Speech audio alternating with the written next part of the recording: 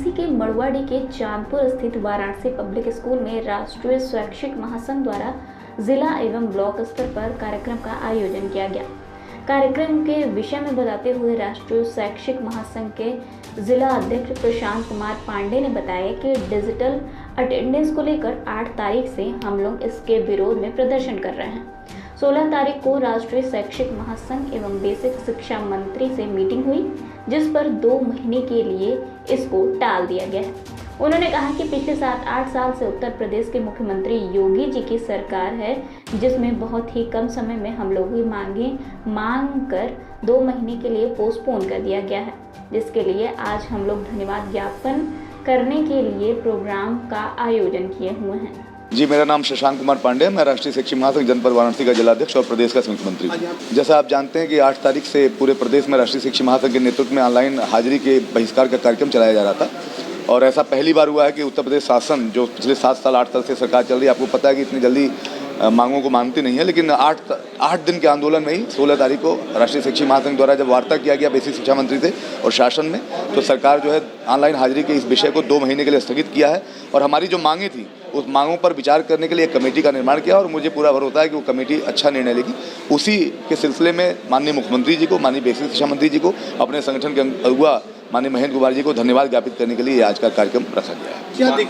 क्या दिक्कत हो रही थी जैसे ऑनलाइन एडमिशन भरने के में और ऑफलाइन भरने में क्या दिक्कत है? देखिए, ऑफलाइन का व्यवस्था ये था कि भाई अभी तक तो ऑफलाइन व्यवस्था ही रजिस्टर हर जगह रहता है, साइन किया जाता है। ऑनलाइन में एक समस्या ये आ रही थी कि जो हमारे शिक्षक, चूँकि उसमें क्या था कि इन्होंने कहा था कि 15 मिनट के अंदर आपको हाजिरी देना है। आपको बता दो विद्यालयों में इन्होंने जियो टैगिंग कर रखा है।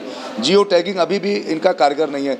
किसी विद्यालय में जियो टैगिंग आधा किलोमीटर दूर का लोकेशन बताता है। तो हमारे लिए दिक्कत है कि अगर मैं जियो टैगिंग की उस गलत जो लोकेशन था उसके आधार पर अगर मैं अपना लोकेशन देता तो ये कहते कि आप तो घर से बैठे लोकेशन दे रहे हो, ये भी हमको चोर साबित करने की कोशिश करते। इसके अलावा आपको बता दूं कि अभी भी इनका वाईफाई और जो सिस्टम है वो काम नहीं कर रहा है। इनका टैबलेट जो है अभी भी उतना पंक्चुअल नहीं है। इनका ऐप 3 स्टार रेटिंग का है, जिसमें अभी उतनी क्षमता ही नहीं है कि जब एक साथ 6.5 लाख शिक्षक 15 मिनट में हाजिरी देना शुरू करेगा तो क्या हाजिरी हो पाएगा? 1-1 घंटे इनका जो है टैबलेट चल नहीं रहा है। तो ये अव्यवहारिक आदेश था। इसलिए हम लोगों ने कहा कि देखिए, इसको आप ठीक करिए और ठीक कर देंगे और हमारे लिए हाफ CL की व्यवस्था कर दीजिए, हमारे लिए 30 EL की व्यवस्था कर दीजिए, जो अन्य लोगों को मिलता है, केंद्रीय कर्मचारियों को मिलता है। उससे क्या होगा कि हमको कम से कम आप चोर तो नहीं कहोगे।